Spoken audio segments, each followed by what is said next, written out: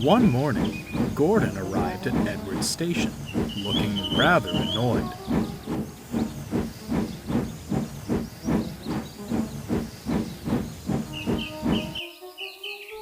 "Problem, Gordon?" asked Boco. "There is something to be said," Gordon replied, "for quiet engines like you, Boco. I understand we must whistle for the plate layers, but some of it is most excessive. It isn't wrong, of course, but—" Gordon's speech was interrupted by a booming whistle in the distance. It grew longer and louder, and soon Murdoch shrieked through with a heavy goods train.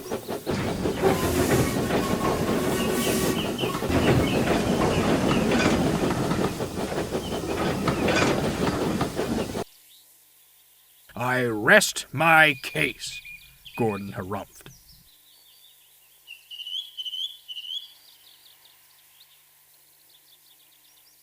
Later, Boco found Murdoch resting in the sheds. "If you've come to complain about my whistle," snapped Murdoch, "I've heard quite enough from Gordon already." "I'm not complaining, I'm concerned," Boco interjected. "I've never heard you make such a racket." "This blasted new driver seems to think my whistle's a toy. Blows at any chance he gets. Too long and much too loud," Murdoch shuddered. "I tell him to stop, but he only laughs."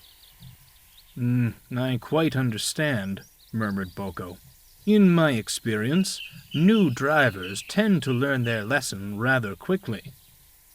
"It can't happen quickly enough," sighed Murdoch.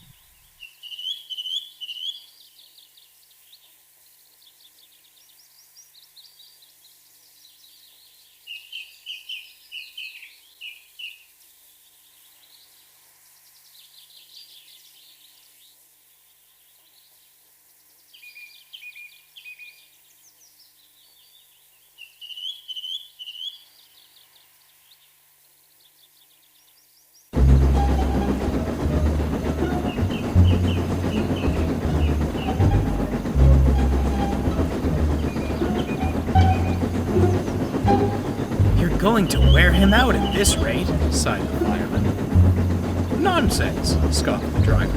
"Engines like him are meant for it. Why give him a big, booming hooter if we're not going to use it?"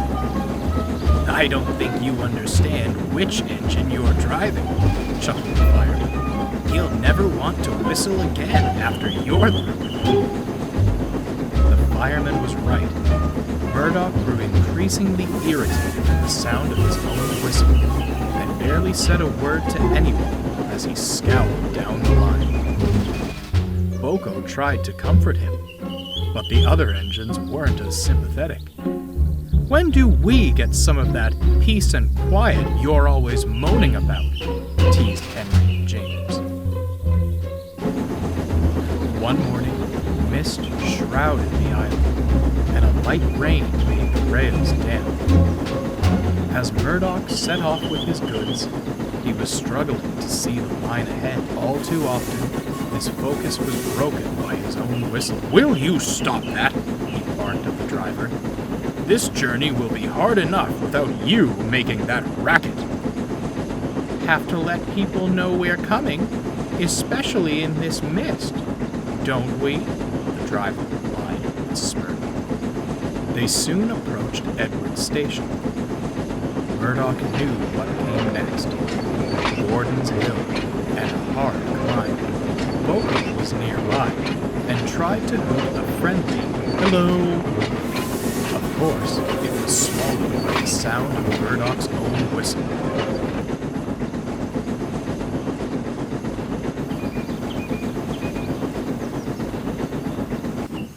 He charged at the hill, puffing and snorting.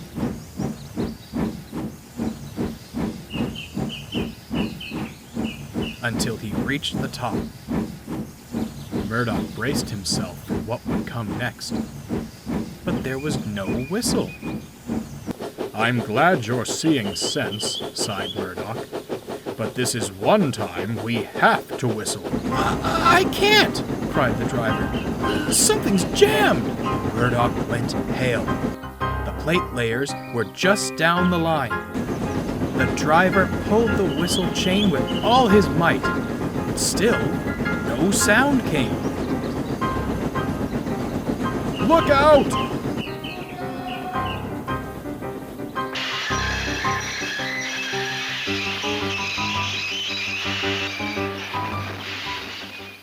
Everyone breathed a sigh of relief.